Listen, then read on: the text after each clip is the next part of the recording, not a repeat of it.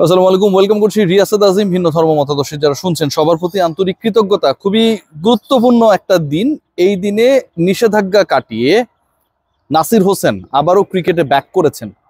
Back করার পরে বিস্ফোরক মন্তব্য করেছেন এবং যা জানিয়েছেন সেটা আমার কাছে মনে হয় যে অকপটে খুব কম ক্রিকেটারই জানাতে পারেন। সিলেকশন প্যানেলের সদস্যদের অপছন্দের কারণে, সিলেকশন প্যানেলের সদস্য মানে হচ্ছে ব্যক্তি পছন্দ অপছন্দের হিসাব নিকাশ চলে আসছে এবং সেই সিলেকশন প্যানেলের সদস্যদের পছন্দ অপছন্দের কারণে নাসির হোসেনের জাতীয় দলের ক্যারিয়ার দীর্ঘায়িত হয় নাই।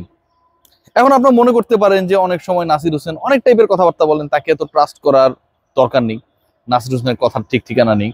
যদি এটা আমি মেনেও নিই, সিলেকশন প্যানেলের পছন্দ অপছন্দের কারণে বাংলাদেশে অসংখ্য ক্রিকেটারের ভবিষ্যৎ যে নষ্ট হয়েছে, অসংখ্য ক্রিকেটার এখনো যারা ইমার্জিং, যাদের সেই সম্ভাবনা রয়েছে, তাদের যে স্বপ্নগুলো অনেক বেশি গ্লুমি হয়ে গেছে, সেটা কিন্তু ভাই খুবই সত্য।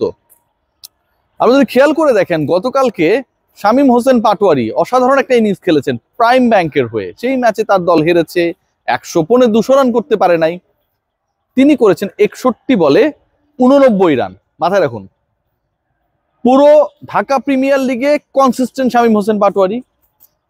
ন্যাশনাল টিমের হয়ে, ন্যাশনাল টিমের লাল সবুজের জার্সিতে তিনি কনসিস্টেন্ট। কিন্তু এই শামীম হোসেন পাটোয়ারিকে শুধুমাত্র লাইক করেন না, পছন্দ করেন না, ভালো লাগে না, অথবা জায়গা মতো ওয়াইলিং করতে পারেন না দেখে তিনি জাতীয় দলের ক্রিকেটারদের যে কেন্দ্র চুক্তিতে রাখা হয়েছে সেখানটায় তিনি নেই।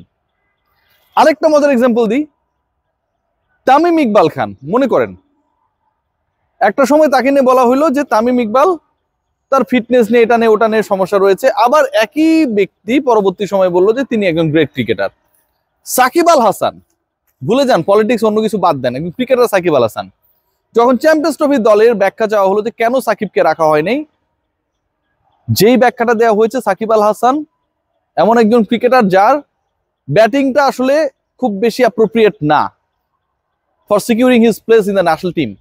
খেয়াল করে দেখবেন, এই যে প্রত্যেকটা ঘটনা ঘটেছে এমন ভাবে ভাবা যায়, অথচ সেই সাকিব আল হাসানের লাস্ট 10 ইন্টারন্যাশনাল ইনিংসের দিকে যদি তাকানো যেত, বাংলাদেশের ব্যাটিং লাইন আপের যে কোনো ব্যাটারের থেকে সেটাকে খারাপ বলার কোনো অপশন ছিল না। সো এই ঘটনাগুলো ঘটেছে, এই ঘটনাগুলো ঘটছে, নাসির হোসেনের ক্ষেত্রে ঘটেছে, ইমরুল কায়েসের ক্ষেত্রে ঘটেছে, বর্তমানে শামীম হোসেন পাটোয়ারির ক্ষেত্রে ঘটেছে, ঘটছে পারভেজ হোসেন ইমনকে ব্যাকআপ ওপেনার হিসেবে পাঠানো হয়েছিল চ্যাম্পিয়ন্স ট্রফিতে, কিন্তু শুধুমাত্র মুশফিকুর রহিমকে বলা যাবে না, সাহস নেই যে আপনি খেলতে পারবেন কি পারবেন না সেই কথাটা। এবং সেই কারণে ব্যাকআপ ওপেনার, অন্য ওপেনার ফেইল করার পরেও সেখানটায় জায়গা পান না, জাস্ট ট্যুর করে ঘুরে আসেন, নাম্বার 3 আমার ওপেনিং ব্যাটার হয়ে যায়। এই যে ঘটনাগুলো বাংলাদেশে ঘটেছে, এগুলো নিয়ে কেউ কথা বলে না। মিনাজুল আবেদিন নান্নুরা পালিয়ে যেত, আর এখনকার সিলেকশন প্যানেলের সদস্যদের আমরা পাই না। বিকেএসপিতে রমজান মাসে কজন কতবার খেলা দেখার জন্য গেছে, এটার কোনো প্রপার এভিডেন্স কেউ দিতে পারবে না। এবং যারা গেছে তারাও বলবে না ভাই বুক ফুলিয়ে। কেন বলবে না জানেন? তারা এত কমবার গেছে, এটা আসলে বলার মতো কোনো সংখ্যা না। বাংলাদেশের ক্রিকেট দলকে, ক্রিকেটারদেরকে খুঁজে বের করা, সাপোর্ট করা, প্রমোট করা, সবকিছুতে কিন্তু একটা ন্যাশনাল সিলেকশন প্যানেলের বড় রোল রয়েছে। বর্তমান বিসিবি প্রেসিডেন্ট ফারুক আহমেদ এক সময় চিফ সিলেক্টরের দায়িত্ব পালন করেছেন, 2 দফায় পালন করেছেন, সাকসেসফুলি পালন করেছেন। এখনো বাংলাদেশের সেরা চিফ সিলেক্টর কে বলা হলে ফারুক আহমেদের নাম চোখ বন্ধ করে আসে। কিন্তু তারপরেও তো এই ঘটনা ঘটছে। আশরাফ হোসেন লিপুরা চোখে দেখেন না শামীম হোসেন পাটোয়ারিদের পারফরম্যান্স।